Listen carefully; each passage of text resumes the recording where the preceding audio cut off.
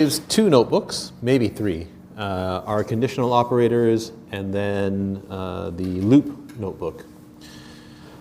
So we've seen conditional statements in Bash, so basically if statements. You can, if you need to, you can combine the conditions inside, you can combine the conditions for a conditional expression using some operators. Now fortunately the operators are exactly the same as they are in Java. So if you have an expression, a conditional expression, that you need to, or you want to group inside of parentheses, then you can do so. Inside parentheses have the highest precedence, right? So anything inside parentheses gets evaluated first. If you want to negate an expression, then it's exclamation mark and then a space. So the space here is important. If the space isn't there, then Bash won't interpret it correctly. So negate an expression using the exclamation mark. And is just the double ampersand. And or is the double vertical bar. They work the exact same way as they do in Java. So for the double, these are both use what's called short circuit evaluation. So if you have some expression and some expression, if expression 1 is false, then the overall expression must be false. So if expression 1 is false, then expression 2 is never evaluated. Right? That's the way it works in most programming languages, most modern programming languages. In the second case, if expression 1 is true, then expression 2 is never evaluated because true or anything is true. Right? And so it is possible to create constructs where there's actually an error in expression 2. But it doesn't matter because expression 2 doesn't get evaluated if expression 1 is false, right? Or expression 2 doesn't get evaluated if expression 1 is true. So every once in a while you will see you might encounter a construct where there's something that goes wrong with expression 2, or it looks like something could go wrong with expression 2, but it turns out it can't because it's never evaluated depending on the state of expression 1. So there's just a few examples here to show you how these work. Right? So here's an example of testing whether a file does not exist. Right? So I've got my file here. It's called new file and it's in this set of directories. Right? I want to know if the file does not exist, so I negate the result of the expression afterwards. Right? So remember -e, that's the operator that you use to test if a file exists. Right? So if that doesn't exist, then it makes the file using touch. Otherwise, it tells you that the file already exists. I don't know, well, let me take a look in the directory to see if it exists. So, okay, so there's no file called new file in this directory. So this should make sorry, there we go. So it makes the directory called, it makes the file called new file. If we go back here, we see, yep, new file does in fact appear. Right. So there's an example of using not. Right. Here's an example using and. Oh, sorry, yes, question. Can you use the exclamation point outside of the... You can. So you can in fact negate, you can do this. This also works. So if I run this now, it's going to say file already exists. Right, yeah. So yes, you can do it that way as well. Here's an example using and. So I'm going to test, is a file a regular file and is it readable? Right, so remember -f, that tests if a file is a regular file. -r tests if a file is readable. Right, so let's see. So it looks like I'm going to remove read access from that file there. Why is this one here? Oh, and then the file, okay. So let's see what happens. So not readable is not readable. Readable is readable. So if I run this script, we should get file is a regular file and readable. So file is a file. Oh, is a file a regular file and readable? Okay. I wonder why I put is a file a regular file. Anyway, so it's a regular file and it is readable. If we switch file to not readable, then it should say it's not readable. It is not a regular file and or not readable. Right. So there's and here's an example using or, and the parentheses. So this is a leap year problem. A year is a leap year if it's divisible by 400, or if it's divisible by 4 and not 100. Right? This actually has all of them together. Right? So we have parentheses here around the second expression. Right? Inside the parentheses, we have is year divisible by 4, right?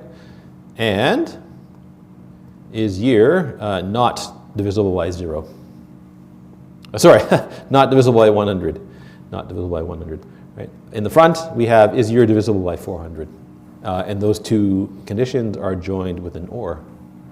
Right? And so it basically works the same way as it works in Java or C, if you know C.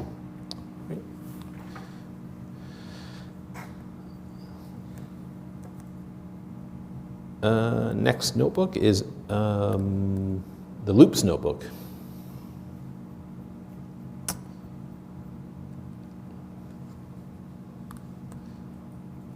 All right, so Bash has 4 types of loops. There's an until loop, there's a while loop, there's a for loop that looks a lot like a Python loop, so it looks a lot like a for each loop. And then there's a for loop that's similar to the Java counting style loop, which is actually the C counting style loop. So until, I don't think any of the other languages have an until. So until loops as long as a test condition has an exit status that is not 0. Right? So as long as the test condition, if the condition's a command, as long as the command is always causing an error, then until keeps on looping. Right? While loops as long as the test command has an exit status of 0. So if your condition is a command and the command is continuously succeeding, then while will keep on looping. For the first version of the for loop looks like a for each loop, but it loops over the elements of what Bash calls a list. Right? There is no proper list structure in Bash, so I'll explain what a list is shortly. And then there's the counting style of loop. You also have break and continue to control loop execution. They work the way that break and continue work in most languages, except the Bash versions are actually a little bit more powerful. So the break and continue statements in Bash, you can specify which loop to break or continue in or out of. So if you have a nested loop, in most programming languages, if you break out of the inner loop, you only break out of the inner loop. You can't also break out of the outer loop. Bash will let you break out of the outer loop as well. Although I don't have any examples for that, because I couldn't come up with any good examples. If you want to look up but you look up the documentation for break to figure out how to break out of multiple nested loops. Okay, so in an if statement, right, you've got a command here, right? So it can be a regular command, or it can be the double brackets or the double round brackets, right? The exit status is used to determine if the body of the if statement runs, right? So exit status of 0 means the condition is true. If statement runs, right? Exit status that's not 0, condition is false. The body of the if statement doesn't run. Right? So until loops as long as its condition is false, right? So until false will loop forever. Right? Now the syntax of the loop is sorry, I keep on forgetting I can't do this. So they all work in a similar way. There's a loop keyword here, right? So until, while, or for. Right? There's a semicolon, and then there's do. Right? The end of the body is marked with done. Right? If you want to, you can get rid of the semicolon and put do on the next line, just like I think I showed you a for loop before. Right? So you can move the do to the next line and get rid of the semicolon. Right, so if you want to write an infinite loop, you can use until with false, or you can use while with true. Right, so the until and while they are the same, except they loop on the opposite condition. Right. You can use the square brackets as well, or the double round brackets as a condition. Right, so. Here's an infinite loop. So the question is why is this an infinite loop? Right? So remember when you write A equals B, right? Both A and B are not variables here, right? Remember that if you want the variable value, you have to use a dollar sign in front. So this is saying while the string A is equal to the string B. Sorry, until the string A is equal to the string B loop, right? So that loops forever because A equals B is never true. Right? There's a infinite loop with a while loop, right? So minus n, you're testing for the empty string, right? So while ABC is not the empty string, sorry, while the empty minus n is not the empty string.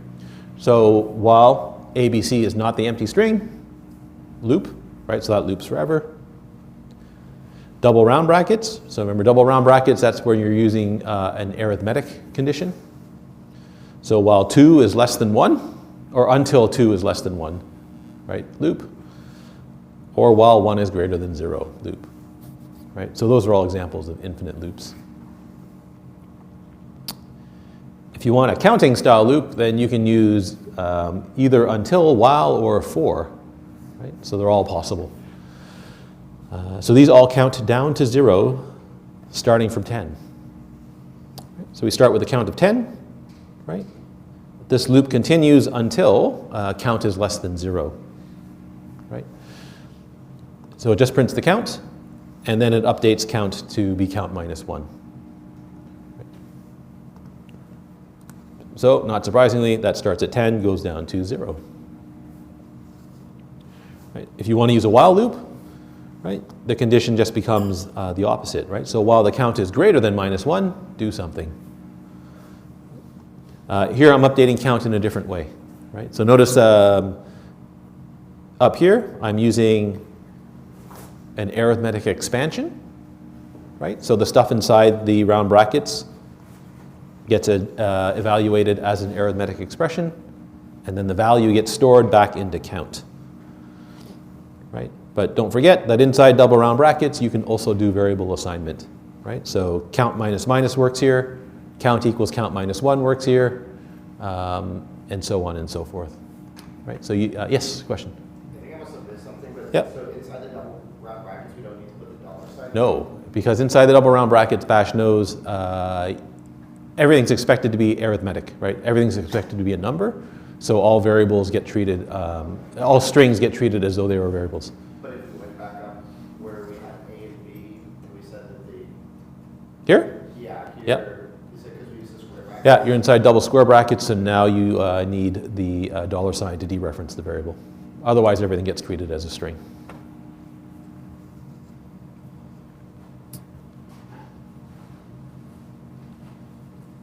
All right, so there's something called the Collatz conjecture. I don't know if you've seen it before, nor I normally talk about it in 124. Collatz conjecture is a mathematical conjecture that says if you start with some positive integer n and you repeat the following 2 steps, then you can get n to always equal 1 eventually. Right? So if n is even, then you set n to equal n divided by 2. Otherwise, you set n to be 3 times n plus 1. It's a conjecture because no one knows if this is actually true, right? So no one knows if you actually always get back to 1. But surprisingly, people have actually tested it up to some very large value on a computer, right? So people have actually run this up to 2 to the power 68, which is a large number, as of 2020. I don't know if they've gone further than that now. The mathematicians think it's true, but they can't actually prove it. So you can actually code this up as a little script, right? So I'm going to make a script called Collatz, right? I'm going to check is the number of input arguments equal to 0. If it is, then it's going to print out that you need to provide the script with a starting positive integer value. Right? Notice that we're sending the output to standard error, right? So redirect to standard error. Exit with a non-zero exit status. Right? If there's at least 1 command line argument, we're going to set value equal to the value of that command line argument. Now this is from the last lecture, so this is from the regular expression lecture. I'm going to use a little regular expression here to test if value is actually an integer. Right? So there's value, right? There is the equals tilde. That tests does value match the regular expression on the right-hand side, right? So the regular expression on the right-hand side is, right, remember, that's the starting anchor, right? So does value start with, right? Question mark is 0 or 1, right? So does it start with either nothing, or does it start with a negative sign, or does it start with a positive sign? Right? Dollar sign is the end anchor, right?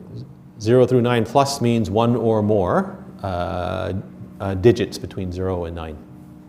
Right? So this test is the value an integer. Right? If it isn't, again, we exit. Right? And then I'm going to test, is it actually less than 1, or is it less than 1? Right? So is it negative or 0? Because the Collatz conjecture only works with positive values. Right? And we exit with a different exit status.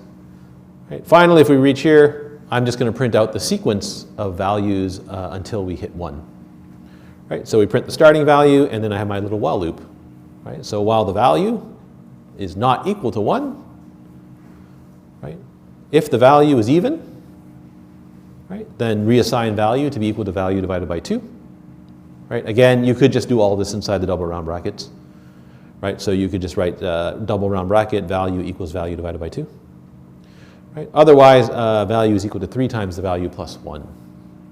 And then print out the new value. Right? So notice that we print the starting value here, and then the current value inside the loop every time. Right? So if you start with 1, it just runs once. Right? The starting value is 1, so the loop never runs at all. 2, the loop, 2, if it's 2, the loop runs once, right? The number's even, divided by 2, you get 1, and then it stops. I think I started it with 27, which isn't a very large number. But if you run it with 27, it runs for a surprisingly large number of iterations, right? And eventually gets to 1, right? Which is kind of surprising. You would think that it would hit 1 much faster, given that the starting value is only 27, right? But it doesn't. And this is one of the reasons why no one knows if the sequence actually ends, right? But it's a nice example of showing you how to use a loop.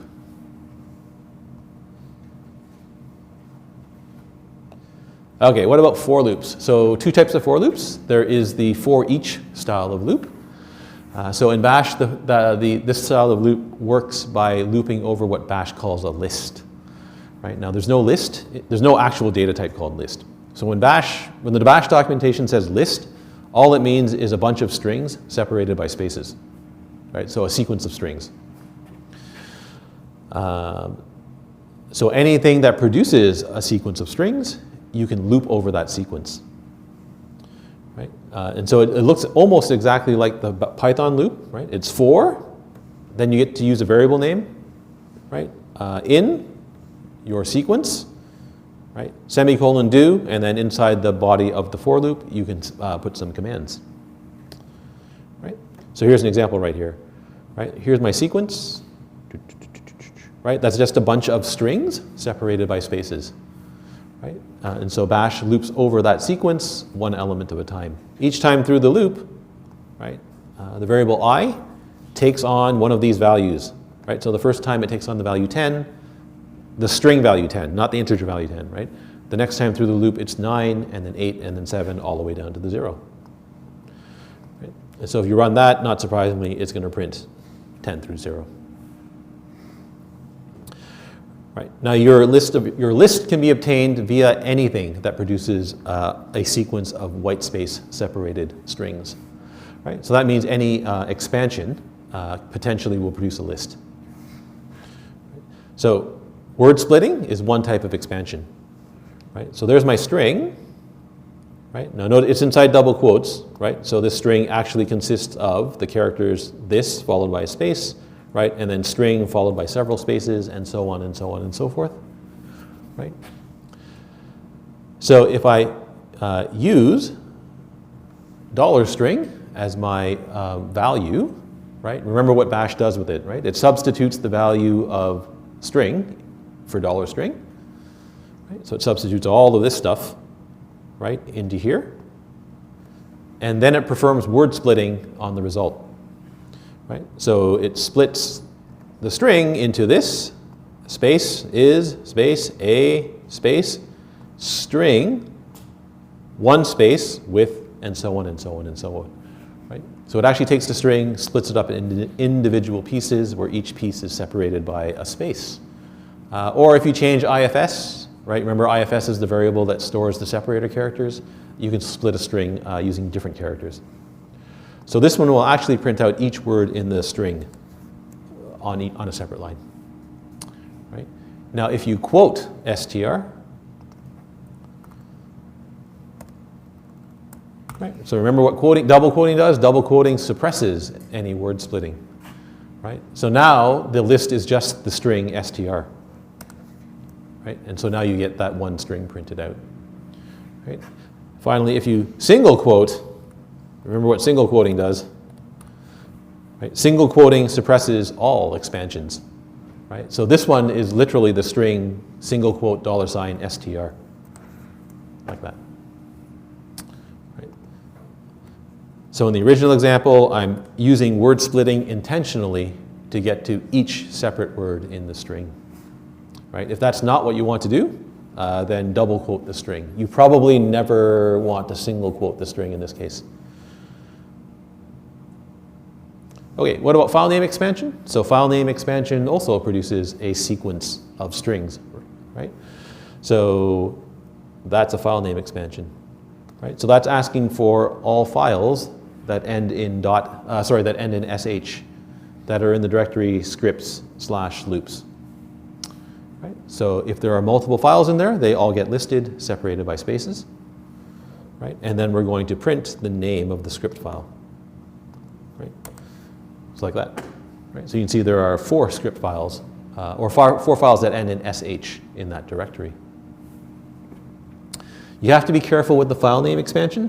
Right? So if the file name expansion matches no files, then you end up with the original string itself. Right? So in that directory, there are no files that end with the extension PDF. Right? And so the result of this expansion here is simply the string ./scripts/loops *PDF. So you have to be careful about that because that is a potential source of error in your script. Right? Here, it looks like you're trying to loop over all the PDF files. Right? So in here, it would not be surprising if there was some command that did something to the PDF file. Right? If there is, it's going to fail because that's not a PDF file. Right? So you have to be a little bit careful when you're working with the expansions. We can use a brace expansion here. So brace expansions also produce lists of strings. Right? So here's yet another way to loop over the values 10 through 0. Oops, sorry. 10 through 0. Right? So remember the brace expansion, this one has no what the heck's it called? Preamble or postscript. Right? So this one just produces the sequence 10, space 9, space 8, space 7, all the way through 0. Right? If you put a little prefix in and a postscript in, right, then it includes the A and the Z at the beginning and end of each string. Command substitutions are also common sources of lists for a for loop, right? So for example, you shouldn't, but you might. You might use ls to list all the directories in some directory somewhere and use that as a command substitution to loop over files in some directory. Right? Here's an example of the sequence command. So there's a bash command, is it bash? Or, well, there's a shell command called seq that can produce sequences of values. Right, so this one is going to produce the sequence from 10 down to, but not including, sorry, from 10 down to 0 in increments of -1 is how that one works. So that's also going to print out 10 down to 0. Right? So like that. There's a little yellow box down here to tell you don't do this. Right? So you should generally avoid using SEQ to generate a sequence for counting. Right? If you're going to use SEQ to generate a sequence, you can use it, but not for the purposes of looping. The reason you don't want to do this is because it's relatively expensive for what you're trying to do. Right? So what happens in this particular example is that the shell that the script is running in, it has to create a separate shell to run the command in, because that's how command substitutions work. Right? So whenever you do a command substitution, the shell spawns a new shell, runs the command in the new shell, takes the result, and brings it into the new shell, into the current shell, sorry. Right? The spawning of a shell and so on and so forth is relatively time consuming. Right? Especially in this case, because all you want to do here is count down from 10 to 0. Right? So you should just use a regular for loop in this case.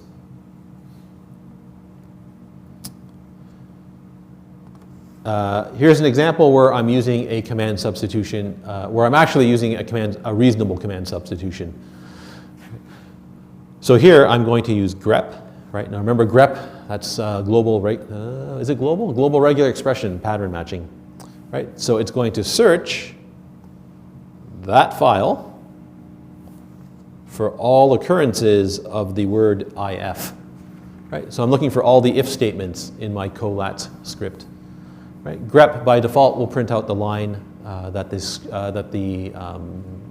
word if appears on. If you pass in n as one of your options, it'll also print the line number. Right? Oh, I'm passing it to cut. So this is a more elaborate example. So I'm passing it to cut, and I'm keeping only the first field that's separated by a colon. So this is going to give me just the line numbers that the word if appears on. So let's run this, and then we'll edit that. Okay. So the line numbers where if appears were 5, 11, 15, and 21. And if you scroll back to the colat script, I'm not going to look at all of them, so I'm just going to look at line 5. Come on. Wait, line 1, 2, 3, 4, 5, right? If you get rid of the, let's get rid of the cut and see what it actually outputs. Right, so we're using a pipeline inside, we're using a command, pipeline to another command, and all of that's in a command substitution. Right? If I get rid of the cut and just use grep, right, that prints out, oh, a whole mess. Right, that's sort of cool. So that prints out if, round bracket, round bracket. Oh, this is splitting. Sorry, I have to quote this. This is the word splitting problem. Still splitting. Hang on. If line num in.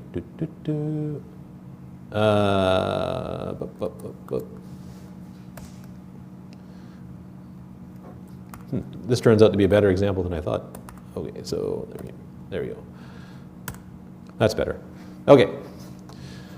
So a bunch of things are going on here. So grep is actually returning that, right? Followed by this on a new line, followed by this on a new line, and then followed by this on a new line, right? So when you substitute the result of grep with the command substitution, right, you get all of this stuff here. And then word splitting occurs, right? So if I take the quotes off here, right, word splitting occurs on all of this stuff here. Right? And so when I loop over those, you get that as the first thing, then that as the second thing, and then that as the third thing, that as the third thing, and so on and so on and so forth. Right? Which is why we got the output in the first case. Quoting line num after it's been split doesn't help. Right? So here's an example where if you actually want the full lines, you have to quote the result coming from the command substitution, like that.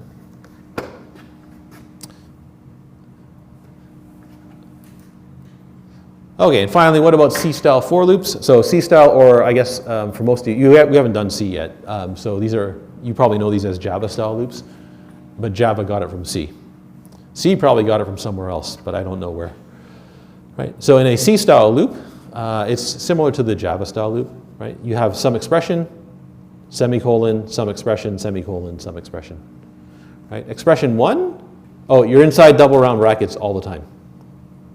Right? So this expression 1 is typically your loop variable initialization. So it'll be something like I equals 0. Right? Expression 2, that's your termination condition. Right? So the loop runs as long as the condition is true. Right? Stops if the condition is false. That's the update condition. Right? So at the end of the loop, whatever is in expression 3 happens. Right? So the loop starts with I equals 0. Right? It runs as long as I is greater than or equal to 0. Each time just before the done, we decrease the value of I by 1. Right? So that's another way to count down from 10 to 0. Right? If you want a counting style loop, that's the recommended way to do it. Right? So don't use sequence or put in some manually typed in list of numbers.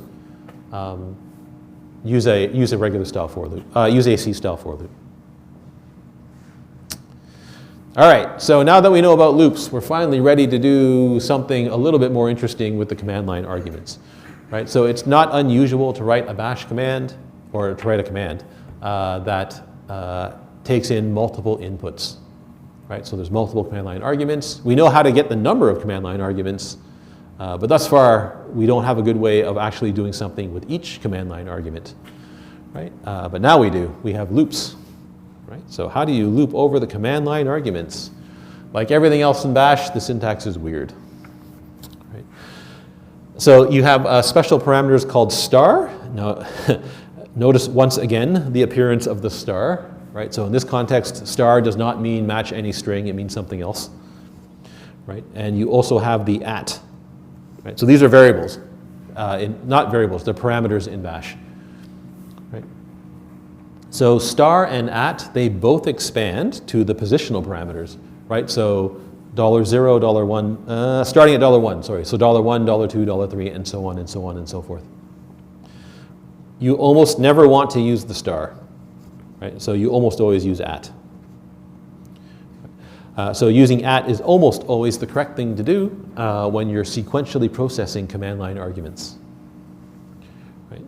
So here is an example of how you can use a for loop to process each command line argument in sequence. Right? So $at, right? So that expands to all of your command line arguments. Right? So if you have 5 command line arguments, you get command line argument 1, space 2, space 3, space 4, space 5, and so on and so on and so forth. If you, do I want to tell you about that? Okay. If you quote the result of .at, right, then what effectively happens is the following.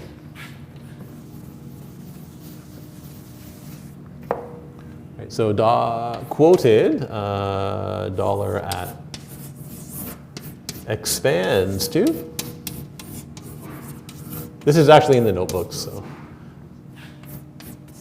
$1,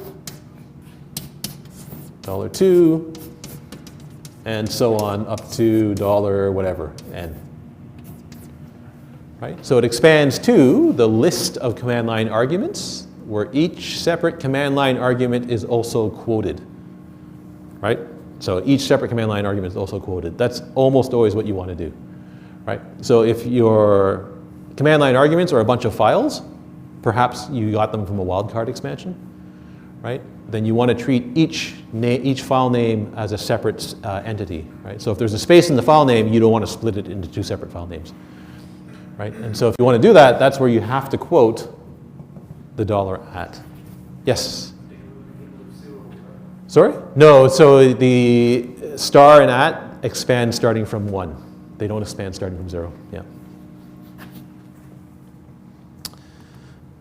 So here I'm going to print out the value of I'm going to print out $1, $2, $3 equals whatever the argument actually is. Right? So I'm going to process them one at a time. Okay, so here's I'm going to call that script. Sorry. So my script is called for each arg, right?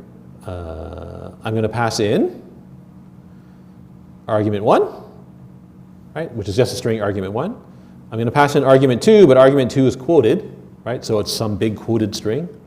Argument 3 also has spaces in it and is quoted, right? So if I run this, I get exactly what I want to happen, right? Argument 1 is arg1, argument 2 is arg2 with some spaces, and argument 3 is arg3 with some spaces. If you, oh drat, I have to go into bash itself.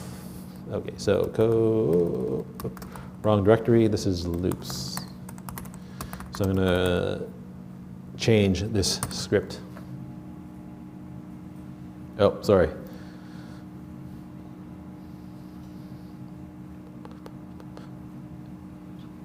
I haven't figured out how to fix this problem yet. It always wants to install this extension, which isn't supposed to happen. Okay, so there's the script, right? Notice $at's quoted. If you take the quotes off, save it, and go back to the notebook and run it, right? You get a completely different result, right? So if you take the quote off, if you take the quoting off, then that takes the quoting off all of the individual command line arguments, right? And so now you get this big string, $1 space $2 space $3, and splitting happens on everything in the string, right? So arg1 comes out nicely, correctly, right? But now the next thing that's going to come out is arg2, right? Then has, then some, then spaces, then arg3, and so on and so on and so forth, right? So if you're processing the command line arguments and the command line arguments have some special character in them, like a space, right? You almost always need to double quote the $at. Right? So the explanation is in the notebook, right, if you need to read this again later, right? So the quotes around $at are important, right? And it even tells you what it expands to, right? So unquoted $at expands to $1 space $2 and so on and so on and so forth, right? So word splitting happens on the arguments if they contain white space. Right? Oh, actually, I had the other script here. So they're bad for each doesn't quote the $at. So you don't have to go and change that script. Okay, there's another way to process the command line arguments. Right? So the other way to do this is with the while loop, and you use the command called shift. Right? So shift will sequentially shift the command line arguments for you. Right? So shift n shifts the positional parameters to the left by n, where n is some non-negative number. Right? So shift on its own. So you start out with $1, $2, $3. Right? If you call shift, then your command line arguments, so $1 becomes $2, $2 becomes $3, $3 becomes $4, and so on and so on and so on. Right? If you shift again, $1 now becomes $2, which is the old $3, right? And so on and so on and so forth. If you specify a value n, then that shifts by more than one position. Right? So if you shift 2, $1 becomes $3. $2 becomes $4, and so on and so on and so forth. Right? So you can use shift to sequentially process your arguments. Right? So here's using shift. Right? So while the number of command line arguments is greater than 0, right? I'm just going to print the command line argument quoted, right? So I don't do any word splitting. And then I shift. Right? So that lets me process command line argument, the first command line argument. Shift now shifts all the command line arguments to the left one. So the second command line argument becomes the new first command line argument. It also decrements dollar number. Right? So in this case here, right, if I try to process the command line arguments arg1, arg2 has some spaces in it, and arg3 has some spaces too, right? It works the way we expect it to. Right? So the first time through the loop, we print out the original first command line argument, so that's that, and then we shift. Right? So if I can highlight it, the second command line argument now becomes the first command line argument. Right? So the next time through the loop, that second command line argument is now $1, right? Shift again, right? And now that second command line, or the third command line argument, if I can highlight it. Why is it so hard to do? Come on. Ugh. I don't know why it's giving me such a hard time. The third command line argument becomes the new first command line argument, right? So shifting just shifts the command line arguments to the left by 1. And finally, I think, do we have time for this? Hang on. Yeah, we've got some time. What happens if you have a file and you want to read it line by line? So many plain text files contain line-oriented data, right? So each line is significant. Right? In this case, we're interested in reading structured data, right? So each line contains information in some format that we know how to deal with. Right? You can read such a file using a while loop, right? So if you need to do this, then the standard way to do this in Bash is with the following construct, that thing right there. Right? So this thing uses the read command, which is a built-in command, to read the file line by line. So read reads one line of text from standard input, right? So that's how it normally works. It reads from standard input. -R tells read to treat the backslash as an ordinary character instead of a special character. Right? So if you have any backslashes in your file, they don't get interpreted as being special, right? So you don't get tabs or new line characters happening inadvertently. Line is just a variable where you're going to store the current line as read runs. Right? Now, because read normally takes its input from standard input, and I want to get it from a file instead,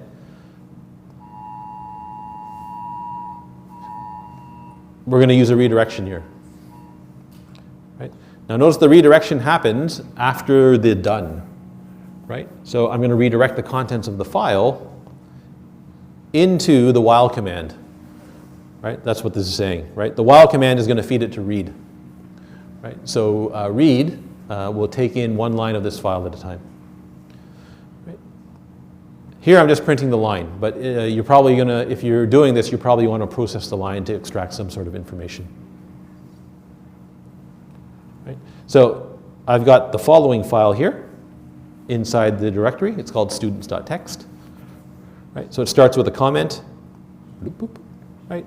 And then it's got a student number followed by a last name, oops, sorry, followed by a first name. And their names are separated with a comma. Right? So if I run this little, I guess, fragment of code here, right, it just prints back the contents of the file, line by line. Right? All right, so I know that this file here, I know that the first any line that starts with a hashtag is probably a comment. So I can ignore those lines. So how do I ignore those lines? Here I'm going to use a regular expression. Right? So if the line starts with a hashtag, I'm just going to ignore that line. Right? And otherwise we'll print the line. Right? So that gets rid of the hashtag now. Okay, so now I've got student number, comma, last name, comma, first name. If I want to process this line of each line of information to perhaps extract the student number or the first name or the last name, I can split that string. Right? So it'd be nice if I could split that string on the commas in this case. Right? So how am I going to split on the commas? Well, I'm going to take advantage of IFS. Right? So remember, IFS is the variable that stores the word splitting characters, right? Or the word delimiters. So I'm going to temporarily set IFS to the comma. And that's going to let me split each line automatically. Right? Furthermore, read will do the splitting for me. Right? So if you pass in multiple variables to read, right, then as read processes each line, it's going to apply word splitting to the line. The first word that gets split gets stored here. The second word that gets split gets stored here. The third and all other remaining words that get split go here. right? So I can take advantage of creating separate variables using read to store the individual parts of the string, right? And this works, remember, so read is going to split using IFS, so this will split on the commas, right? And so now I can extract the individual student number, last name, and first name of each student, right? Which might be useful for whatever I'm writing this little loop for. Don't forget to reset IFS back to the original value of IFS, right? Otherwise, in the rest of your script, everything's going to split on the comma instead of white space. Last thing, right? Because this is so common, or not because it's a relatively common thing to do, you can change IFS temporarily just inside the while loop this way, right? So if you change IFS in the while loop, just after the while statement, right, this will only change IFS for the body of the while loop, right? So I don't have to reset it or remember what its old value was. Right?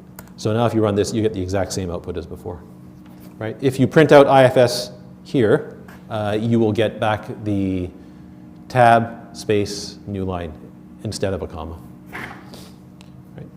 And that's bash loops in a nutshell, right? Or in a single lecture. There's not really much to them, given that you've already learned how to loop in 2 other languages. Right? There's just a few silly things that you have to remember, like what happens with $, and with the parameter, right? And quoting. All right, any questions? Assignment 3, the due date has been moved because, assignment 3 is all about looping in arrays, and we haven't even talked about arrays yet. So assignment 3 should come out this weekend. There'll obviously be some looping questions on it. Next Monday, we'll talk about arrays, and that should let you complete assignment. Well, arrays and functions, and that will let you complete assignment 3. It's due after reading week. Okay. Any other questions? All right, thanks everybody. See you next week.